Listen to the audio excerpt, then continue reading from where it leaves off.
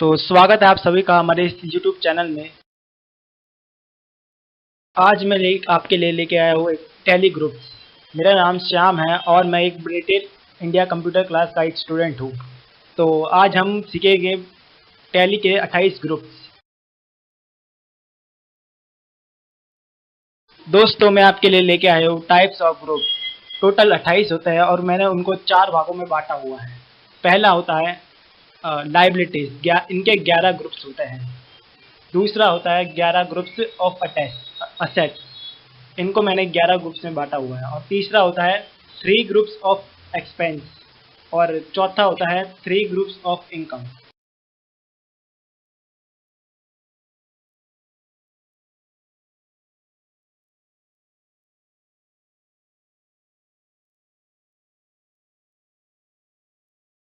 तो पहला टॉपिक है हमारा 11 ग्रुप्स ऑफ लाइबिलिटी। लाइबिलिटी का मतलब होता है कोई मांगने वाला, हम किसी कंपनी से कोई मांगने वाला।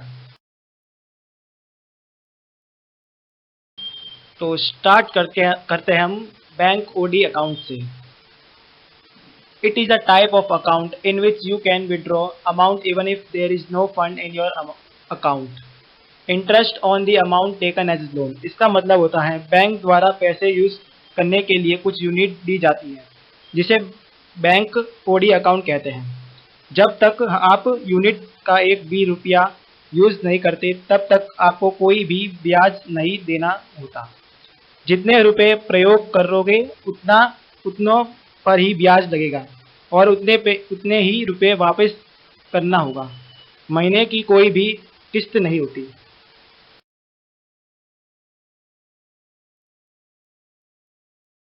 तो नेक्स्ट ग्रुप आता है हमारा current liability group. A company's short-term financial obligation that are due within a 1 year or within a normal operating cycle. इसका हिंदी में मतलब होता है वो दायित्व जो कभी घटते हैं तो कभी बढ़ते हैं और वो दायित्व जो अगले 1 साल में चुकाने पड़ते हैं। तो तीसरा हमारा ग्रुप आता है कैपिटल अकाउंट।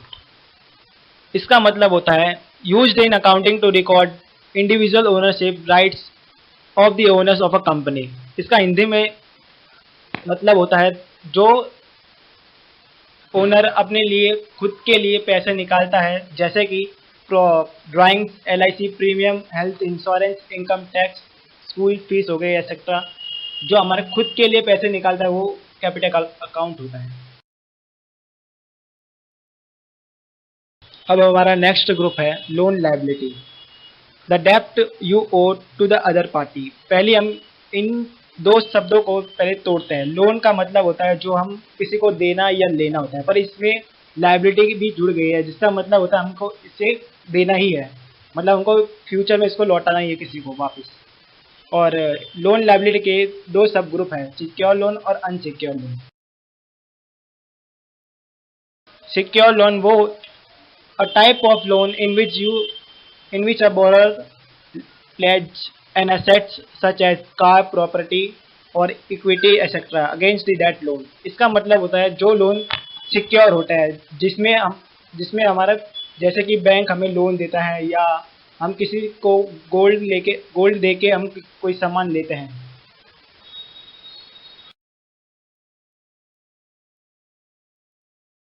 अनसिक्योर्ड लोन, इसका मतलब होता है loan that does not require you to provide any collateral to avail them. इसका हिंदी में मतलब होता है ऐसा लोन जिसमें सिक्योरिटी नहीं होती और यह लोन हम किसी अपने रिश्तेदार या अपने दोस्त से लेते हैं और हमें इसमें कोई चीज़ गिरवी नहीं रखनी पड़ती। तो नेक्स्ट हमारा ग्रुप आता है प्रोविज़न। प्रोविज़न का मतलब होता है a major taken before had to deal with a need. इसका हिंदी में उदाहरण होता है भविष्य में होने वाले खर्चों या हानियों को कवर करने के व्यवसाय के लाभ में से एक रकम सुरक्षित रखना। जैसे कि हम अपने घर में राशन बचा के रखते हैं ताकि हमें फ्यूचर में उसकी आवश्यकता पड़ती है, वैसे ही हम बिजनेस में भी कुछ पैसों को अपने फ्यूचर के बेनिफिट के लिए बचा के रखते हैं। तो नेक्स्ट हमारा ग्रुप आता है रिजर्व एंड सरप्लस। इसका मतलब होता है reserve, part of a profit और gain that has been allotted for a specific purpose.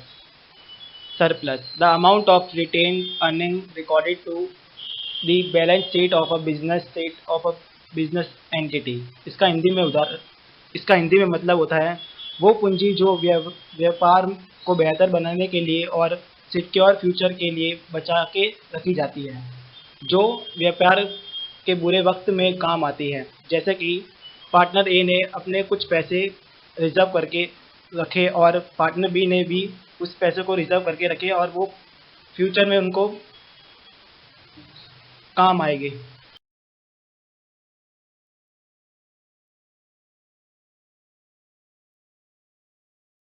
Retain earning, ये हमारा नेक्स्ट ग्रुप है और इसका मतलब होता है the amount of profit a company has left over after paying all its direct cost, indirect cost, income taxes and its dividend to share holder. इसका same ही मतलब होता है जैसे कि हमने रिजर्व एंड सरप्लस में देखा है, ये भी हमें फ्यूचर में काम आते हैं।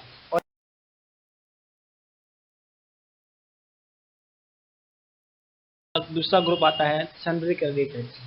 इसका मतलब होता है a person who gives goods or services to the business in credit or does not receive the payment immediately from the business and is liable to receive the payment from the business in future। इसका मतलब होता है वो व्यक्ति जो हम हम उनको पैसे फ्यूचर में लौटाने हैं और हम उनसे सामान उधार में खरीदते हैं, और ये लाइबिलिटी का ही ग्रुप होता है क्योंकि हमें इनको पैसे वापस लौटाने पड़ते हैं।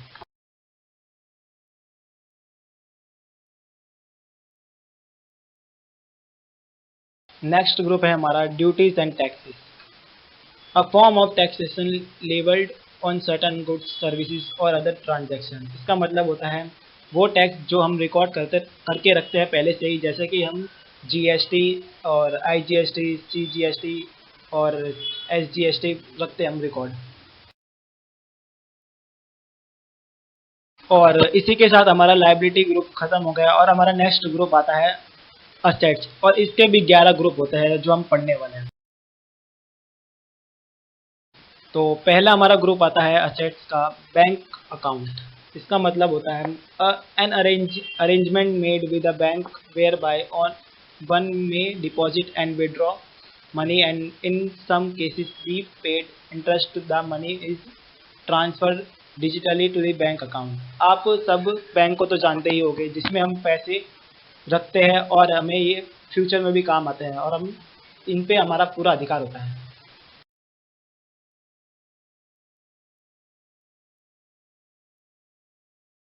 नेक्स्ट ग्रुप हमारा आता है ब्रांच एंड डिवीजन।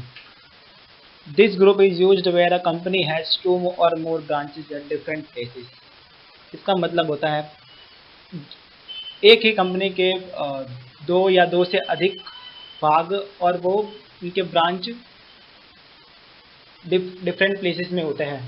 और उदाहरण के लिए जैसे कि एक कंपनी जहांगीरपुरी में है और एक कंपनी आदर्श नगर में है, पर उनका एक ही कंट्रोल होगा और उनकी एक ही कंपनी होगी।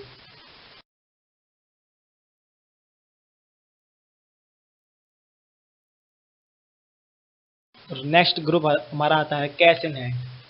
इसका मतलब होता है a money to pay the whole cost of goods और service immediately rather than payment by another method such as credit. इसका मतलब होता है वो पैसे जो हम तुरंत ही लौटा देते हैं और इसमें कोई हम डिजिटल पेमेंट नहीं करते और इसमें कोई क्रेडिटर नहीं होता।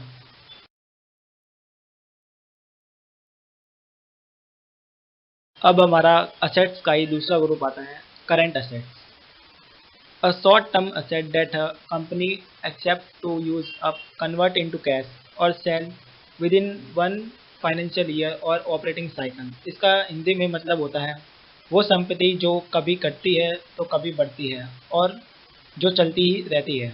वो संपत्ति जो आगे साल में कभी भी नकद में कन्वर्ट हो जाती है।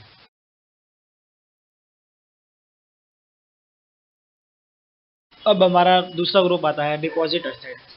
इसका मतलब होता है cash, short term money, market instrument and US government obligation. इसका हिंदी में मतलब होता है वो व्यापार में किसी बड़ी कंपनी के साथ काम करने के लिए सिक्योरिटी के तौर पर कुछ रुपए जमा करवाने पड़ते हैं जो हमें साल या 2 साल बाद वापस मिल जाते हैं। तो दूसरा हमारा ग्रुप आता है फिक्स्ड एसेट्स।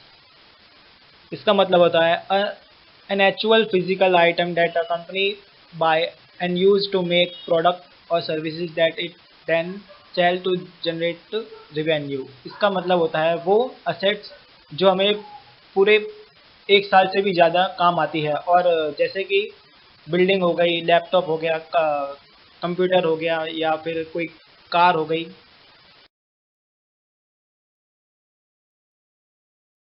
अब हमारा नेक्स्ट ग्रुप आता है investment. The allocation of resources is usually money with the aim of generating income of profit in the future। इसका मतलब होता है जब हम बिजनेस से हटके किसी चीज़ में हम इन्वेस्ट करते हैं, जैसे कि हम LIC या किसी चीज़ में इन्वेस्ट करते हैं, उसे हम इन्वेस्टमेंट कहते हैं।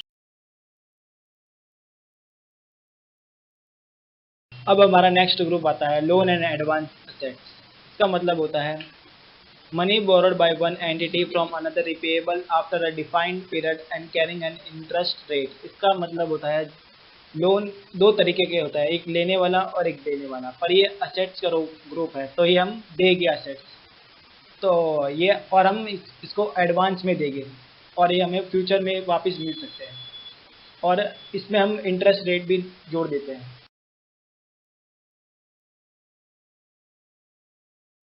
नेक्स्ट ग्रुप है हमारा मिसलेनियस एक्सपेंसेस असेट्स। इसका मतलब होता है small transaction that usually do not fit any ledger specified accounts. इसका मतलब होता है जैसे कि हम मेरी कंपनी में एक रोहन नाम का एक लड़का काम करता है, और वो और हम मैंने उनको 10,000 सैलरी में उसको रखा, पर वो वापस नहीं आया।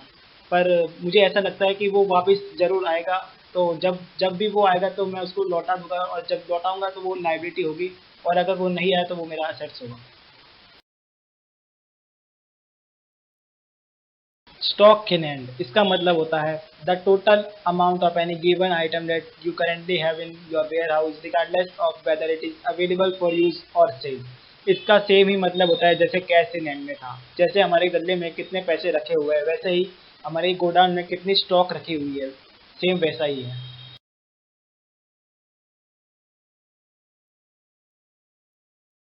तो अब हमारा दूसरा ग्रुप आता है सन्ड्री डेटर्स।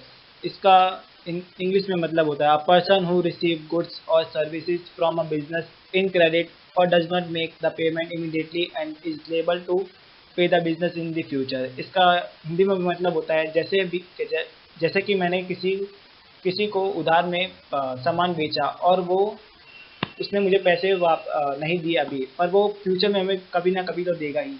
उसे हम सन्ड्री डेटर कहते हैं।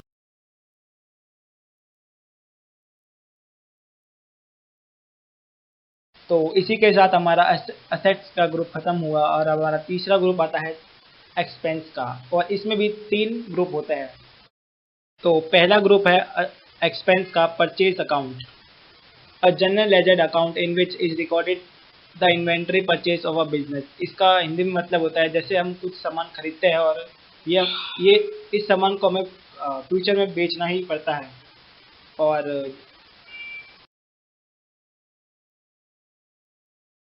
इनडायरेक्ट एक्सपेंस की बात करेंगे अब।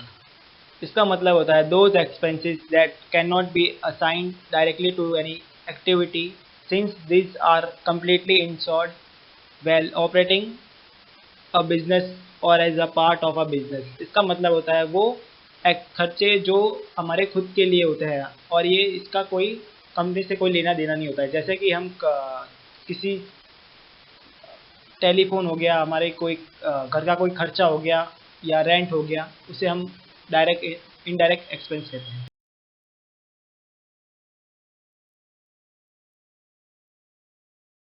अब हमारा दूसरा ग्रुप आता है direct expenses. All expenses directly can connected with the manufacture purchase of goods and bearing them to the point of sale. इसका मतलब होता है वो खर्चे जो अब हमारी डायरेक्टली कंपनी से ही जुड़े होते हैं, जैसे कि रॉ मटेरियल, डायरेक्ट लेबर, और manufacture overhead, packing and shipping.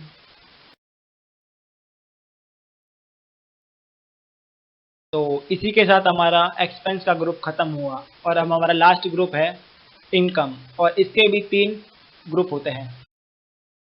तो हमारा पहला ग्रुप आता है sales account, account of all the transaction that happen in a business. जैसे हमने सामान खरीदा था उसको हम फ्यूचर में बेचेंगे, उस बेचने की स्थिति को हम कहते हैं सेल्स। नेक्स्ट हमारा ग्रुप आता है indirect income, one that is gain from non business activity.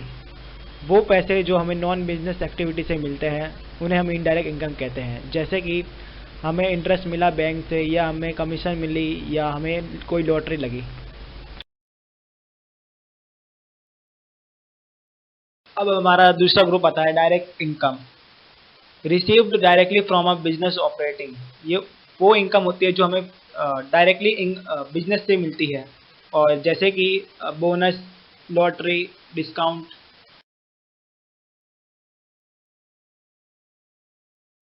और इसी के साथ हमारे सारे ग्रुप खत्म होते हैं। दोस्तों, अगर आप मेरी तरह कंप्यूटर सीखना चाहते हो तो आप ब्रिटेल इंडिया कंप्यूटर क्लासेस को ज्वाइन करें, और इसमें आपको कुछ अवेलेबल कोर्सेज मिल जाएंगे, जैसे कि basic computer, tally and English typing, data entry, more related courses. और आपको इसी के साथ कुछ बेनिफिट भी मिल जाएंगे, जैसे कि certificate, free demo classes, flexible batches, excellent teaching.